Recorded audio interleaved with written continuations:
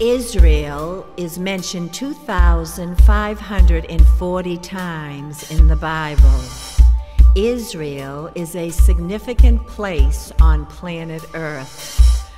It is written, "For you are a set-apart people to Yahweh, your Elohim." Yahweh has chosen you to be a people for himself, a treasured possession, above all the peoples on the face of the earth. For Yahweh has chosen Zion. Shalom everyone, and welcome to another Israel update. This is actually going to be part 2, Abigail, of what we started last week, because there was just so much information, and we're doing the timeline and the miracle that is what we call the state of Israel today. Yes, there's so many reports about Israel, and the Israel report that we bring is a positive report, because it's the report that not only we know that is unfolding in all of our lives, but it is actually what is happening in the land that is preparing the return of our bridegroom. Amen. And right now, where we left off last week basically was Israel had become a state through the UN, actually a resolution of the UN with the partition plan, and the nations in the ashes of the Holocaust had compassion and voted, but we know that God was totally in this whole thing. The God of Abraham, Isaac, and Jacob, the God of Israel, was a part of this whole thing, where he knew that his people, the tribes of Judah, Levi, Benjamin, would need a place of refuge after what was the Holocaust and the atrocities that took place there.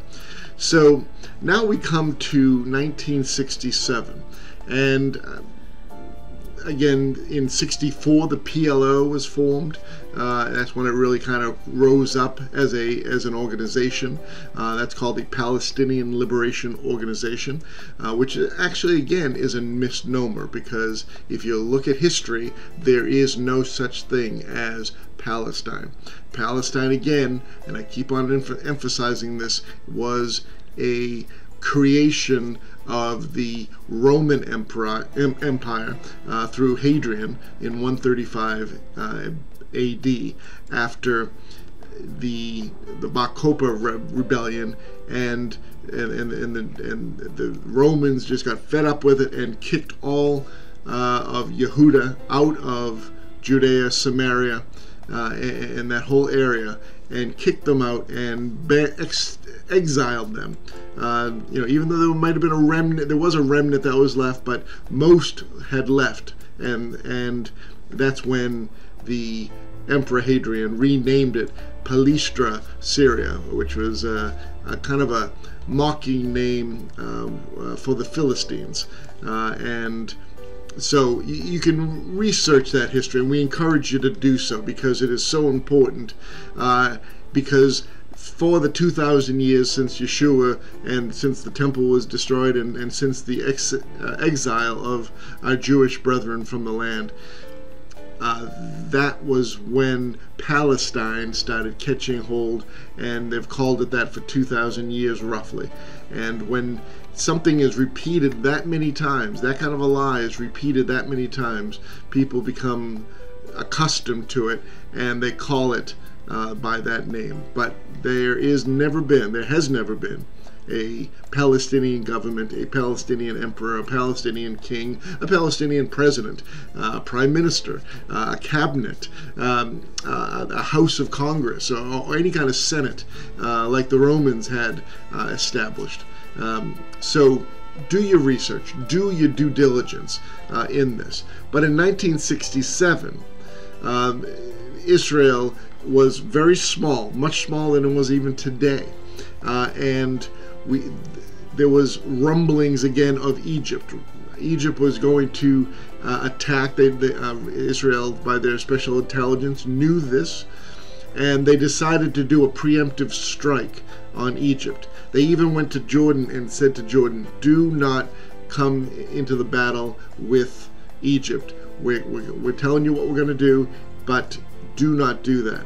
Otherwise, we will have to come against you and destroy your army and air force and all that. So they did the preemptive strike June 6th, 1967, and it was the 6-day war. Again, they did the preemptive strike and they destroyed virtually all of Egypt's air force before they even got off the ground in the Sinai. But Syria and Jordan again came up against Israel, and they beat them back, and a 6-day miracle took place.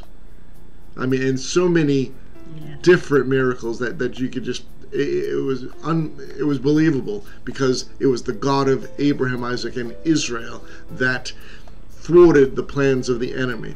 And not only did they win the war in 6 days, but they gained more than twice the size of what Israel was at that time, with the Golan Heights, the Gaza Strip, what they call, which is misnamed also the West Bank, which is the Judea and Samaria, which is Jerusalem and all the way up to the Galilee.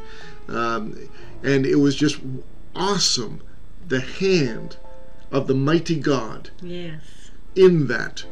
Yes, it's amazing how it's prophecy coming to pass when you start to really look at the history of Israel, and you see the hand of Yah that was working in and through all that transpired. And especially, the 6-day war, if we look at, we can connect it with all of the battles of Israel.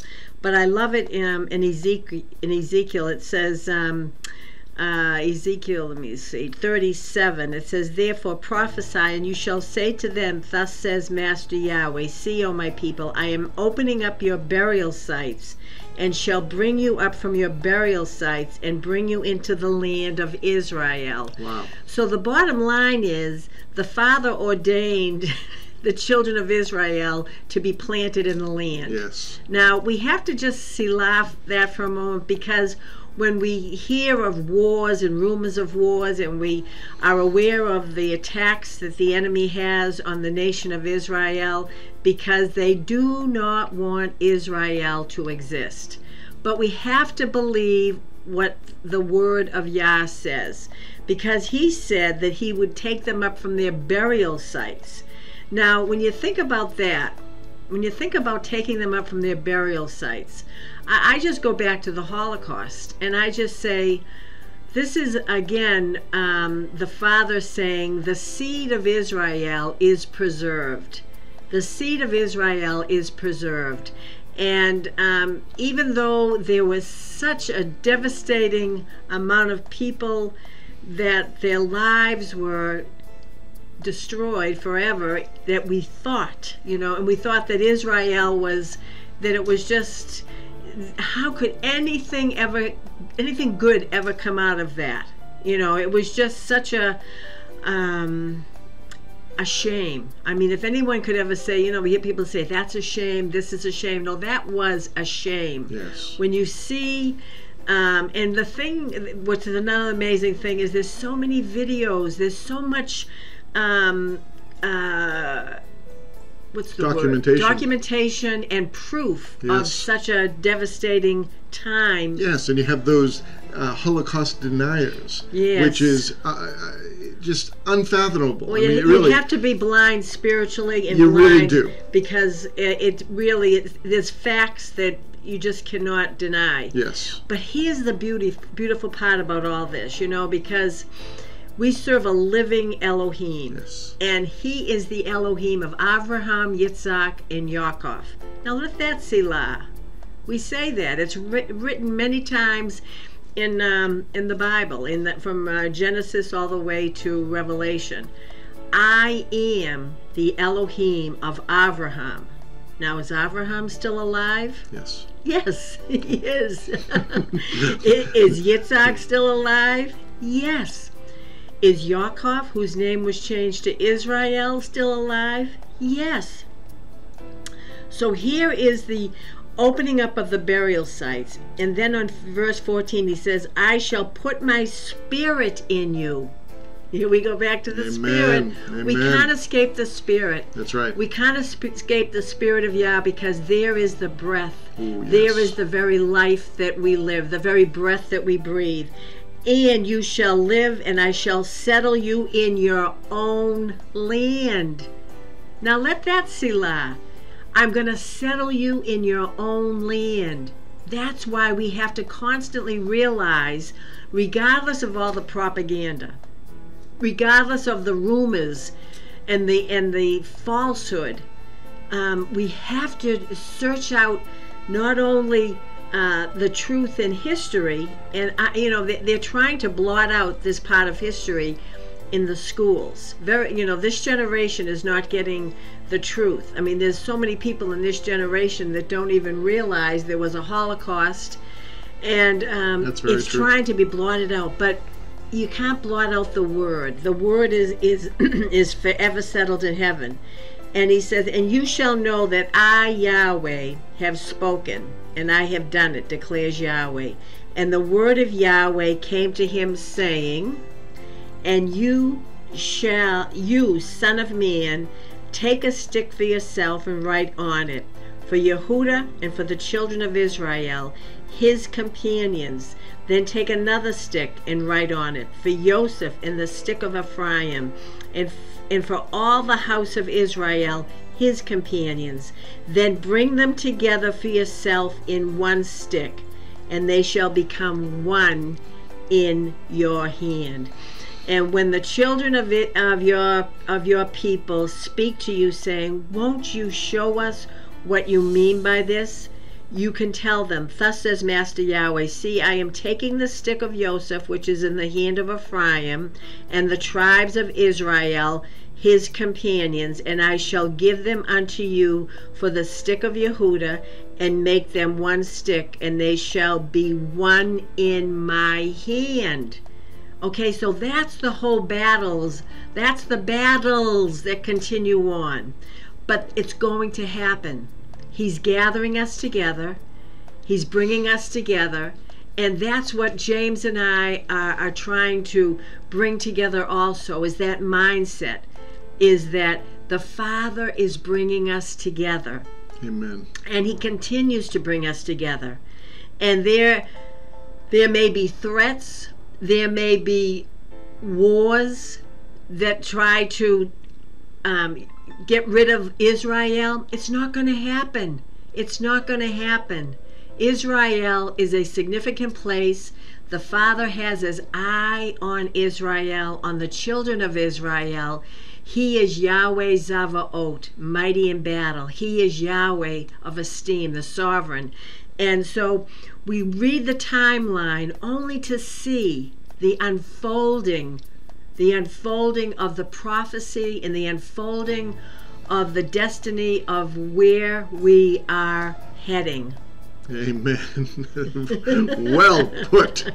I love that. I love that, because it is about the gathering. It's about he's gathering us by his Spirit, and he's just bringing us together, the whole house of Israel. We're talking about our brothers and sisters Judah and in the state of Israel, the miracle that took place there, and the chutzpah that our Jewish brethren have. And right now we're in the process of reading the book of Exodus during the Pasha readings, and the beginning of it is the more they were persecuted, the more they were beaten, the more they were torn down, the more they multiplied and grew. That is the tenacity of the people of El, Hallelujah. The people of Yah, who just as we're beaten down, we rise up even stronger, and we won't take it. And we will fight against the enemy. We'll fight against the forces of evil. Our battles are not in the flesh and blood, but in the principalities and powers of darkness in the heavenlies. And we need to fight that spiritual battle. Oh, there's that spiritual again. The spirit. We need to fight by using the Spirit of El in us, and he can bring it forth for our good. Now, moving just a little bit forward, again, these are just kind of some highlights of the timeline. In 1972, if anyone was old enough to remember that or studied their history, you know that during the Munich Olympic Games, which is in Germany, that tragedy happened, and it was on a group of so-called Palestinians, Arab terrorists, called Black September. They took the Israeli team hostage during that time in the Munich Olympics. Interesting. What a paradox. What a I don't know if it's a paradox, but what a strange occurrence that this once again would happen on German soil. And I know that the German authorities were trying to do whatever they could, but if I remember my history correctly, they weren't as cooperative with the Israeli government as they probably needed to be, because they wanted to do it themselves. Maybe they wanted to prove something, but I just remember that this thing took place. 2 Israeli athletes were killed right away in the beginning, in the hostage taking in the Olympic Village in their place, and then the 9 were killed after that at the end of when the German police tried to do a failed attempt to rescue them. And it looked like it was basically going to work, except that one of the terrorists got away with a grenade and tossed it into the helicopter that was taking the Israelis away, and blew up the helicopter, and the 9 Israelis were murdered at that site. So these are the things that our Jewish brethren, have gone through, and I remember that. I mean, I'm old enough, obviously, to remember that. That was actually an Olympics that I was very into, and was like, and you seeing this thing working itself live on television, it was just a sad, I just, and I didn't even know that much. I mean, I was just a Catholic young man, and just kind of like, what is going on here? I didn't know exactly what was going on. Know it was tragedy. Know it was wrong. It was evil, but could not really decipher exactly what was happening. But you look at it, these many years later. I mean, that was only 30 plus years after, less than 30 years after World War II, and so. It's just amazing that, again, a tragedy, but yet the Israelis, rise up from these kinds of tragedies, yes, and are strengthened. Yeah, and you wonder, you say, again, 30 years isn't a long time after the horrific Holocaust and where it took place. And you just wonder. Again, Israel is resilient. I mean, they are just, they're strong. We are strong, not they. We. It's not them and us. It's right. We. Let me correct myself. Amen. We are strong, and forgiving. Israeli people are forgiving. They are forgiving almost to a fault in some cases, I have to say, because to go to a land where obviously there was still a spirit of anti-Semitism there. Let that selah. The spirit of anti-Semitism. And when you go there, and here are these young Israelis that are, prepared for a sport, to compete in a sport, and yet, there's we have an enemy. It's something that has just to be made known. We do have an enemy, and we have to be wiser than the enemy. So you have to ask yourself, when you start to see the history of what took place in Munich, you say they were so free. They weren't even anticipating any type of attack at all. You know, they were there all ready to compete, and there was this excitement. And if any of you have ever competed in sports or any kind of joining together with a team and you're a part of it, you just think about you know, the focus on winning and competing and joining in with other people of like mind, of sporting events. You know, it's a soft target. We call them soft targets now, where people come together. Even, you know, I think it's an escape. You know, people literally, it's an escape. When you go to like a ball game, it's like your mind just gets off of all the world situations that are taking place, and you're just watching the competition between man and man. You know, the human and the human. Exactly. And so, but then you have to look back in the real ancient times, where did that all originate? You know, that originated in the Colosseums. You know, they would have those kind of competitive things that took place. And what did they have there? They had animals against man. I mean, it was pretty, they died. People died in those type of competitions. That's right. But the reason I say that is,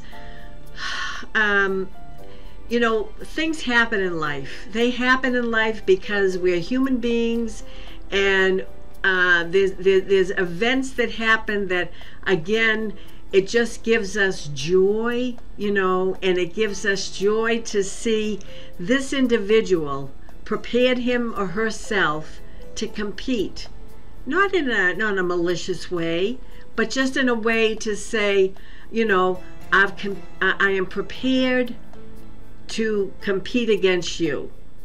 So it's kind of a parallel of what's happening. You know, it's what happens in life, and it's nation against nation, and that is something that the Father, he is going to bring all the nations together. Okay, let that Selah. It says here that it's again in Ezekiel 22. And I shall make them one nation in the land, on the mountains of Israel. One sovereign shall be sovereign over them all. One sovereign over all. And let them no longer be two nations. Let them no longer be divided into two reigns. Because usually when you're competing, it's two. You know, whatever it may be, whatever that competition it is, it's usually two teams, if you will. And you know, because you know you don't compete, and you know, it's just, I know that when it comes to the Olympics, you have many nations, but he narrows it down, as I read before, about the two sticks. But the reason I say this is because, as James mentioned about the Pasha reading that we just got through reading about, there again is a resilience in Israel, in the nation of Israel, the house of Israel, the children of Israel. And that resilience is life. It's like life.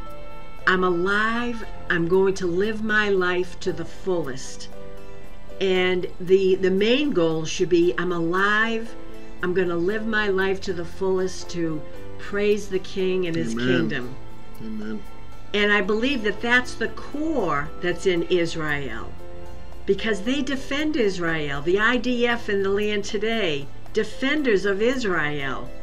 And those who have revelation on the significance of Israel defend Israel. James and I have been activists to defend Israel. We see the significance of Israel.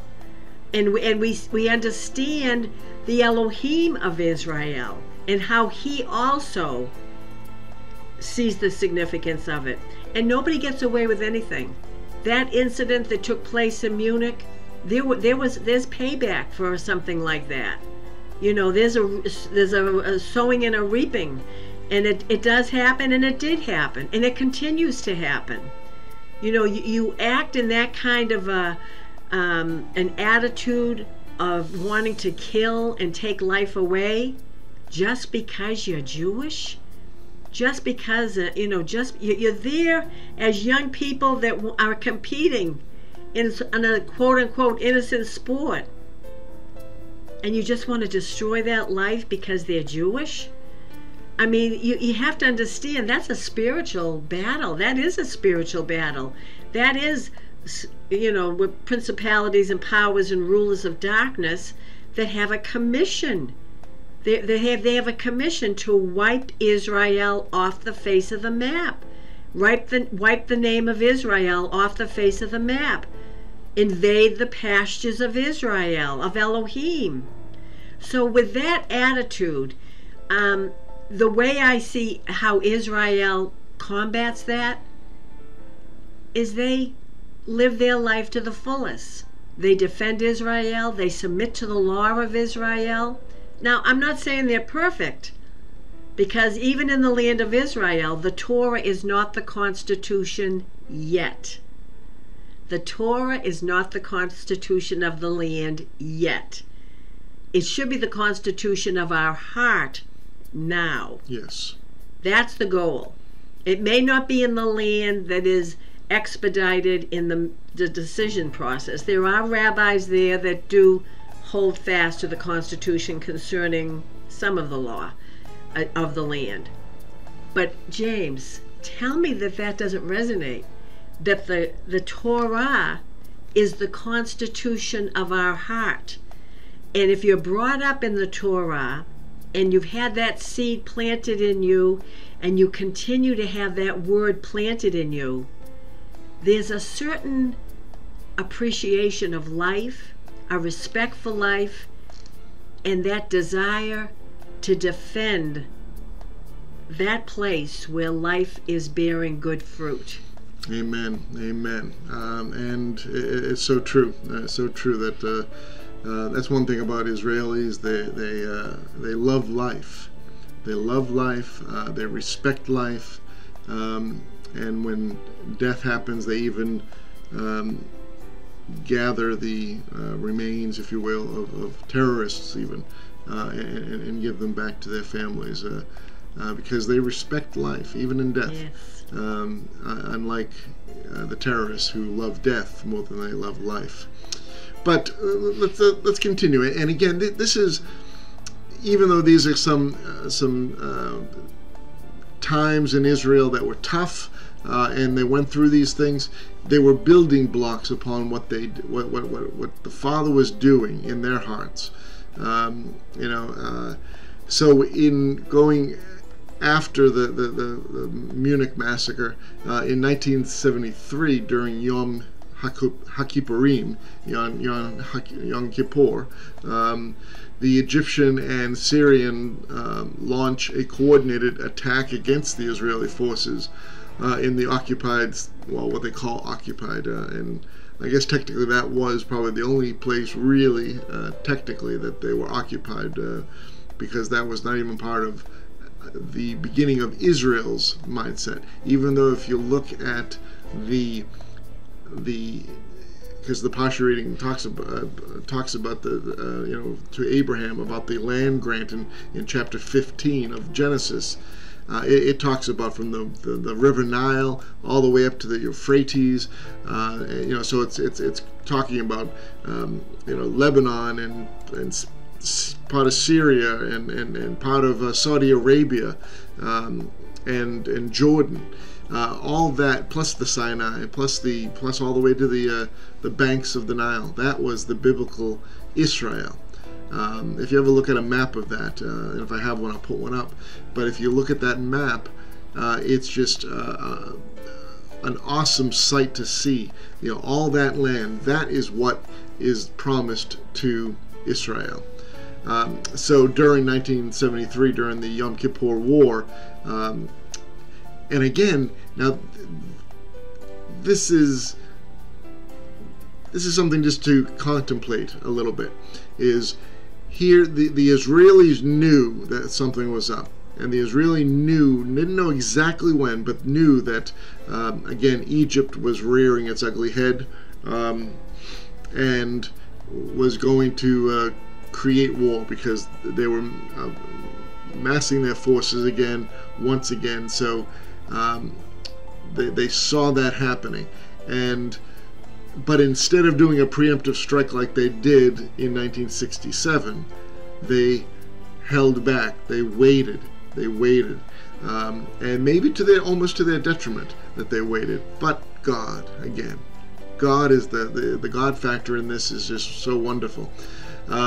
Where the Egyptians and the Syrians did do a strike and beat them back, and really to the brink of them losing the war. Golda Meir was the prime minister at the time, and she took a lot of heat for that, and the whole government took a lot of heat.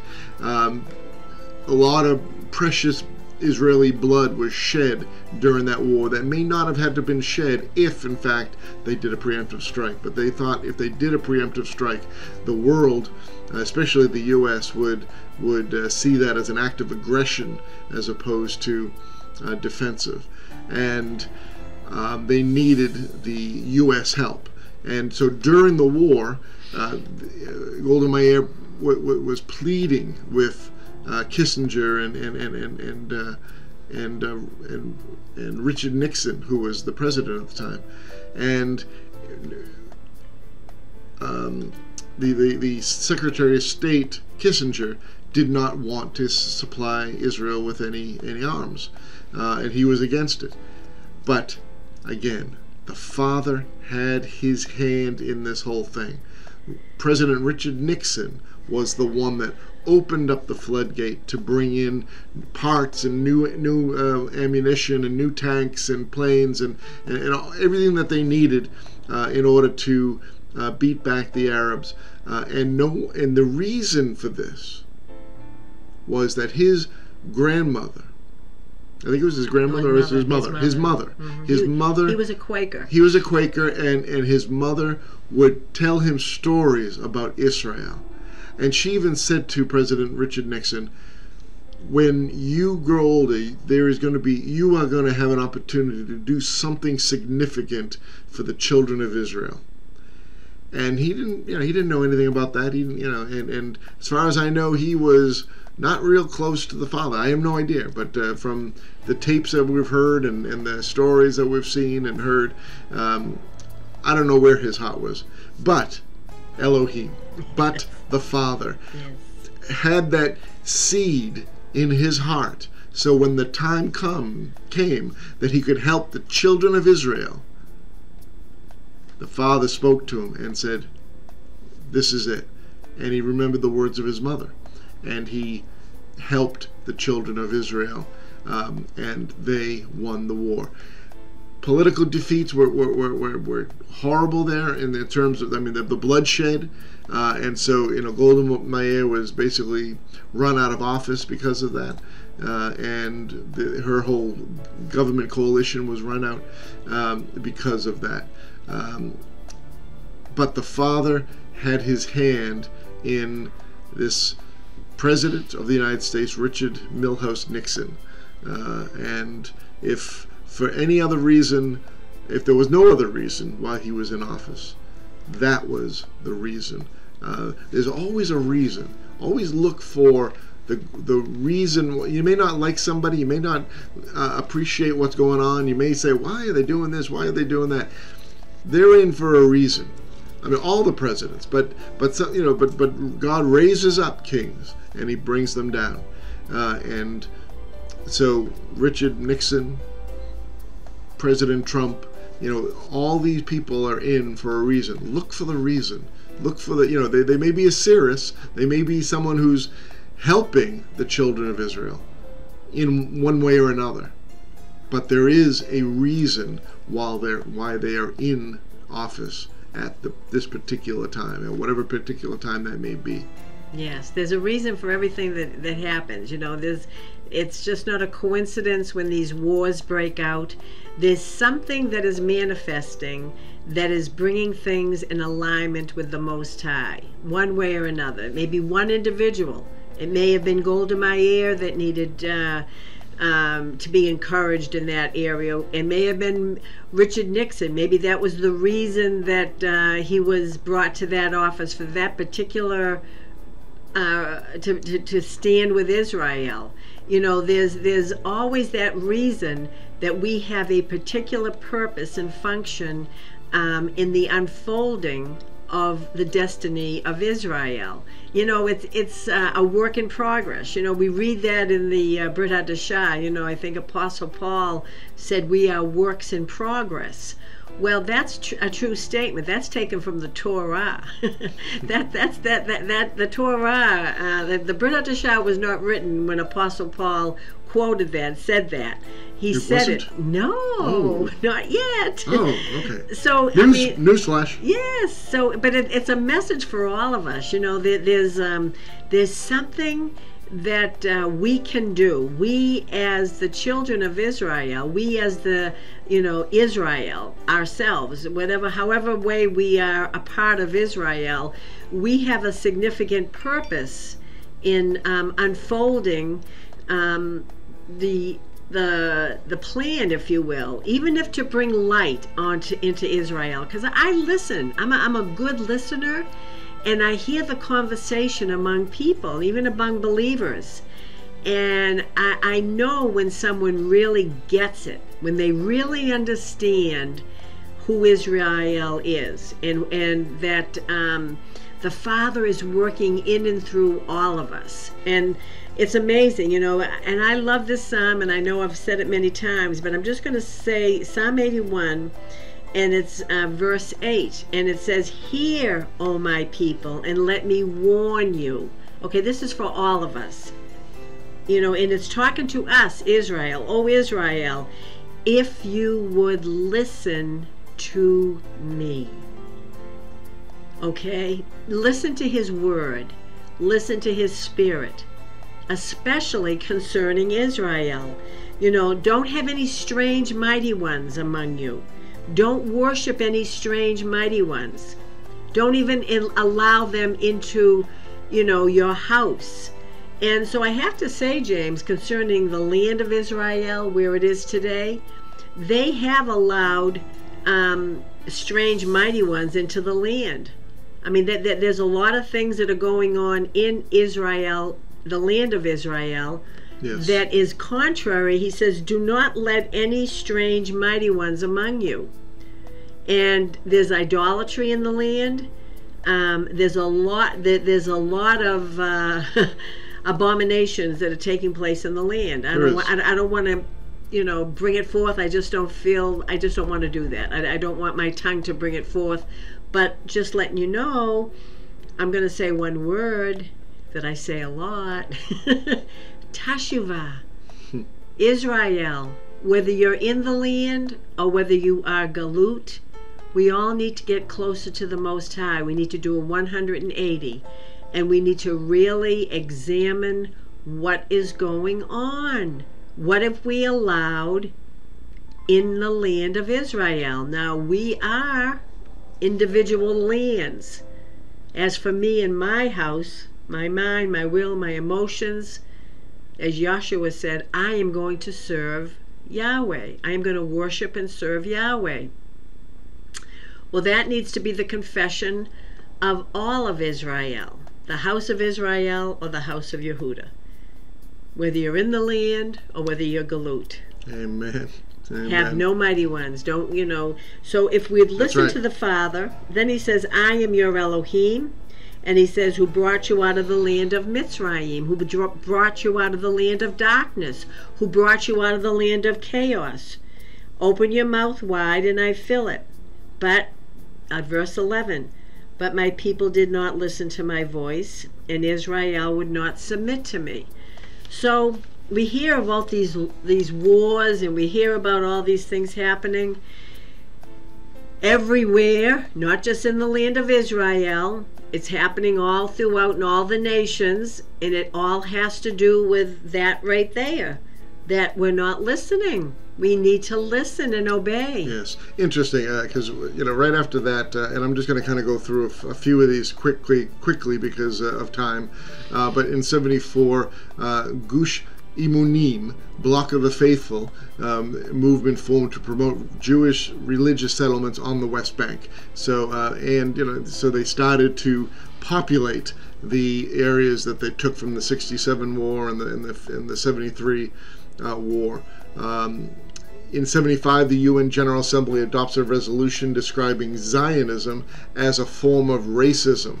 It was rescinded in 1991, but again, once those things come out, they're not easily taken back. Once something is put on the table, you cannot take it back. You can try, but it's there. It's already been exposed. It's already been seen and heard. And then they use that, because I see that all the time when we go to a lot of protests against Islam and against anti-Jewish and anti-Israel marchers and things, and we see a lot of these signs describing Zionism as a form of racism. And then in 1976, things started changing a little bit, because now what you started seeing is protests within the Arab populace, not so much countries now. Coming to war, but you see Arab populaces in the Galilee area coming out and clashing with security forces. And in this particular march, 6 Arab citizens were killed, and they commemorate that day annually as Land Day, because they were trying to get away from, they were trying to do that. 1976, if you may have seen, they just put out a new movie. It's been an old movie, but a new movie. But it's the Israeli commando raid on Entebbe airport in Uganda, where the Israelis freed more than 100, mostly Israeli and Jewish hostages being held by German and Palestinian gunmen, because now they're starting to do a lot of hijacking and a lot of things like that taking place. 77, Menachem Begin's right-wing Likud party wins surprise election, partly by harassing non-European Jews, because they were against the resettlement. They were against that kind of thing, and that's where Anwar Sadat in November saw an opening, and that there was a softening. And he came and was the first Egyptian president to come into Jerusalem to begin a process of Israel's withdrawal from Sinai and Egypt's recognition of Israel in the Camp David Accords of 1978. Also pledges Israel to expand Palestinian self-government in the West Bank and in Gaza. So you see the seeds of that taking place. Because don't forget, Arafat was still during this. He was the one that was not Anwar Sadat, but Arafat, the PLO leader, was in and out of this and in hiding, mostly up in the air somewhere, always sleeping in a different bed every night, because he figured that the Israelis would assassinate him if they could. So he was, working through the scenes on a lot of this kind of stuff. And then one thing that happened in 1981 that really, in a sense, and again, this is so good, because in 1981, the Israelis, the Air Force, raided and destroyed a nuclear reactor at Osirak in Iraq. That was when Saddam Hussein was in control, and they had this nuclear reactor that Israel in the still of the night went there, destroyed the nuclear reactor, and flew back to Israel. Fast forward that to 1991. Remember the Gulf War, when Iraq went into Kuwait? That, if Israel did not do that in 1981, 10 years later, they would have developed more powerful weapons that could have been used against the coalition forces, and would have created some really, really tough situations, and a lot more death and destruction on the coalition side. What do you think about that? Well, I agree. I agree that there's things that happen that definitely stir the pot. Again, there's an enemy, that is constantly trying to stir the pot against Israel. And Israel is doing everything she can to fight against the enemy, and with the help of the Most High. So that's one thing that we have to always remember. It's amazing how, depending on who is in office, whether they're in office of United States of America, the nations, if you will. I heard somebody talk about it today. We were talking to somebody, and I'm trying to remember who it was, but a lot of governments, the strongholds, will try to do everything they can to come against Israel. There's just, again, that anti-Semitic spirit that tries to blot out Israel. And I always have to keep this focus. I'm one of focus. If I don't keep focus, it's like anything. When you're on this long journey and you're driving, and you're almost there, and you're saying, I've got to stay awake. I've got to keep focused, because I don't want to go off the path that I'm supposed to be on. And Elohim always arises. Elohim always comes to rescue, one way or another. He comes to rescue. And it's amazing, though, our Father, the way our Father does it reminds me so much of our natural fathers. Yes. That most, people that grew up with a father, they'll say that, my father kind of stood back, and when I was going through things, the father didn't intervene immediately. If they saw that their son or their daughter was going through something, the father would kind of stand back and see how the child would deal with it. I'll use an example: riding a bicycle, and they don't get the balance right away, and so the father will go out there and either put training wheels on the bike and then help the child, be there, like behind them if anything were to happen, but kind of stood afar off and let the child deal with the experience of learning balance. And so it's amazing how you watch these. You can see things in history as we're going through the timeline. It's past. Those things have passed. We know how it came out, how it ended up in that period of history. But like right now, with what we're going through, with what's happening in history, there's a lot going on in the United States of America. There's a lot going on in Israel. There's a lot going on in the uttermost parts of the world, in all the nations. And so, I've heard people say to me, well, if there is a God, why isn't he doing something? And I'll say, well, we're his children. And are we trusting in him? Are we praying to him?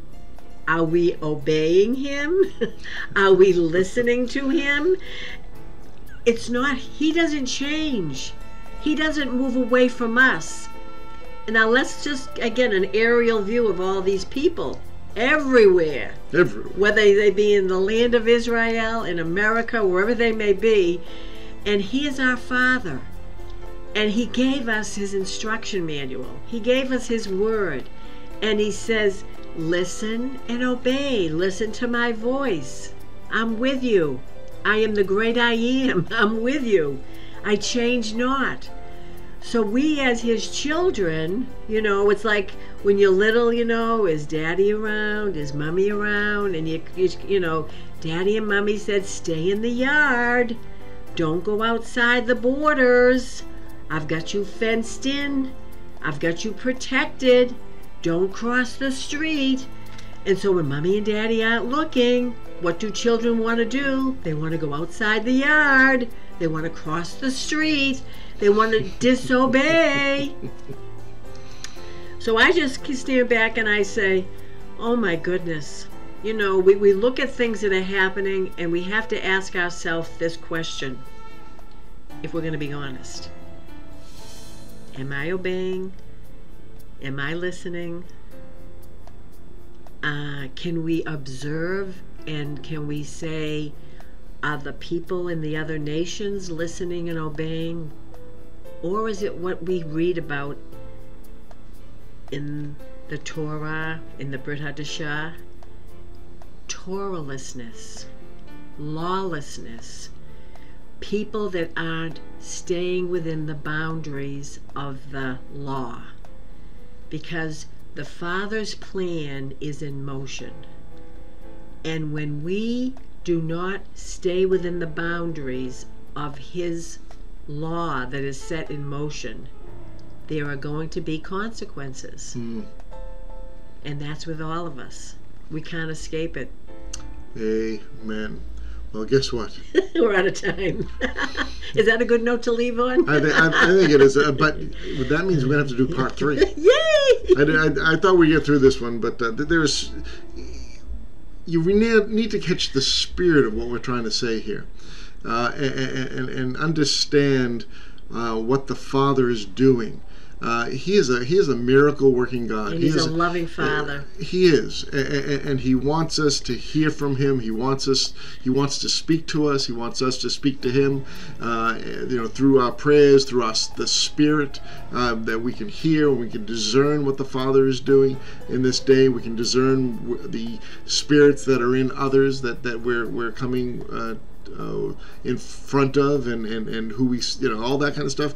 It's awesome because of what the Father is doing, and He wants us to be sensitive to His Spirit. He wants us to be able to walk in His Spirit, to be able to discern, to what's the word? I mean, obey. He wants us listen and obey. Yeah. And He's a compassionate Father. He is. He's compassionate. He wants the best for His children. Yes. He says, that even your enemies will become my enemies when you listen and obey, when you stay within the boundaries. And the Torah is what does that. The Torah hedges us in with boundaries. And Elohim does arise. When He arises on our behalf, all of His enemies are scattered. When we let Elohim and His ways are a shield and an armor for us, yes, all of the enemies scatter. Woohoo! But it's a matter of us tashuva. It's a matter of us listening and obeying and doing what's right in His eyes. Exactly. 1 Corinthians 12 says, and I'm just going to read a couple of scriptures, and concerning spiritual gifts, brothers or sisters, all of us, I do not wish you to be ignorant. And then it says, so He doesn't want us to be ignorant of the spiritual gifts. And then it says in verse 4, and there are different kinds of gifts, but the same Spirit. There are different kinds of services, but the same Master. And there are different kinds of workings, but it is the same Elohim who is working all in all. And to each one is given the manifestation of the Spirit for profiting. Now go over to right after the love chapter, 1 Corinthians 13, but now 14. It says, well, let me read the 13th verse of 13. And now belief, expectation, and love remain, with these three, but the greatest of these is love.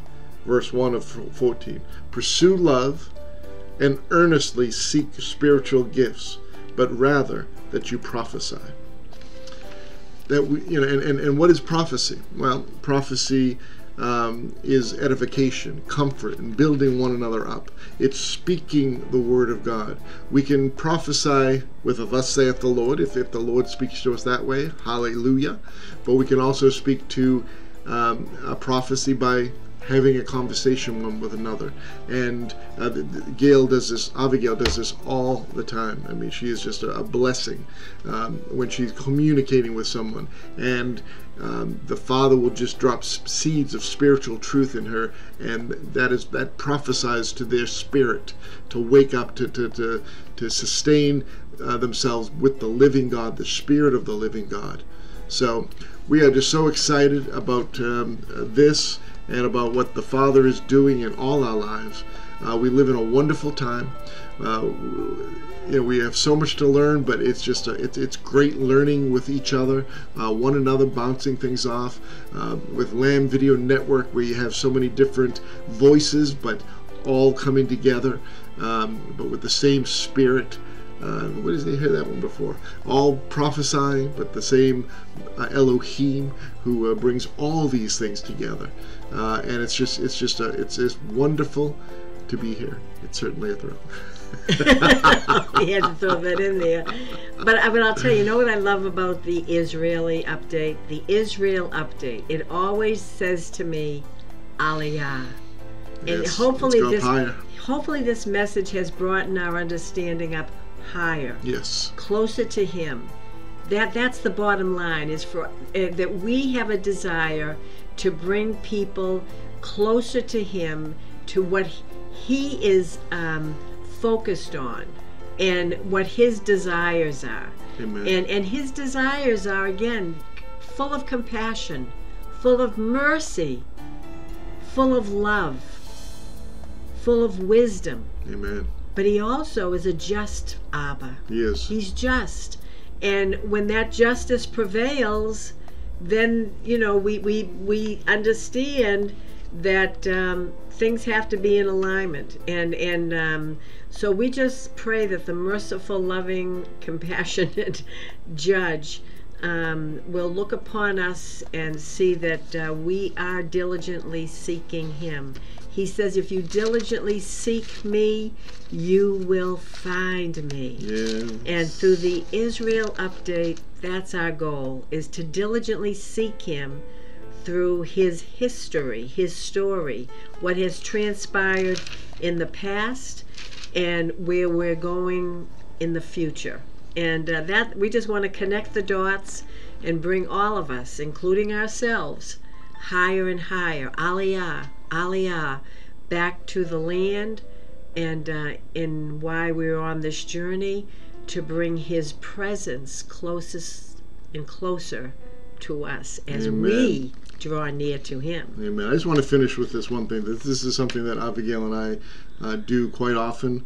It's a prayer from Colossians, chapter 1. We started chapter 3. I'm not going to go through the whole thing, but just want to begin that portion. It says, AviGayle and I give thanks to Elohim, the Father of our Master Yeshua Messiah, praying for you, Yes, you. always, Yes. having heard of your belief in Messiah Yeshua, and of the love for all the set-apart ones, because of the expectation that is laid up for you in the heavens, of which you heard before in the word of truth of the good news, which has come to you, as also in all the world it is bearing fruit, Good fruit.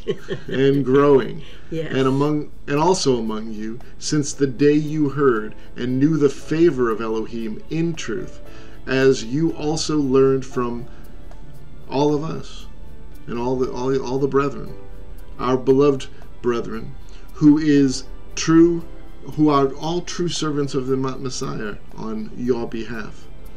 I am paraphrasing this a little bit, can you tell? But this is so true for each one of us. Who also declared to us your love in the Spirit. And it goes on and on and on, and it's awesome. We recommend that you read it from verse 3 of chapter 1 all the way to the end of chapter 1. Yes. And it says, of which I became a servant of the administration of Elohim, which was given to us for you to fill the word of Elohim. Yes. I love that. Yes. That is awesome. So thank you so much for watching. We love you. We appreciate you. We want you to be built up and comforted and exhorted in the things of the Father. And we hope that this Israel update builds you up and exhorts you and shows the power, the might, the gibor, The Spirit of our God, Yes. our Father, our Yahweh, through Yeshua, our Messiah. So until next week, we are This is the, here we are, Israel, my delight. This is the Israel Update with James and AviGayle O'Hare of Israel, my delight. Thank you so much for watching. Shalom, everyone. Shalom Aleichem. Israel is mentioned 2,540 times in the Bible.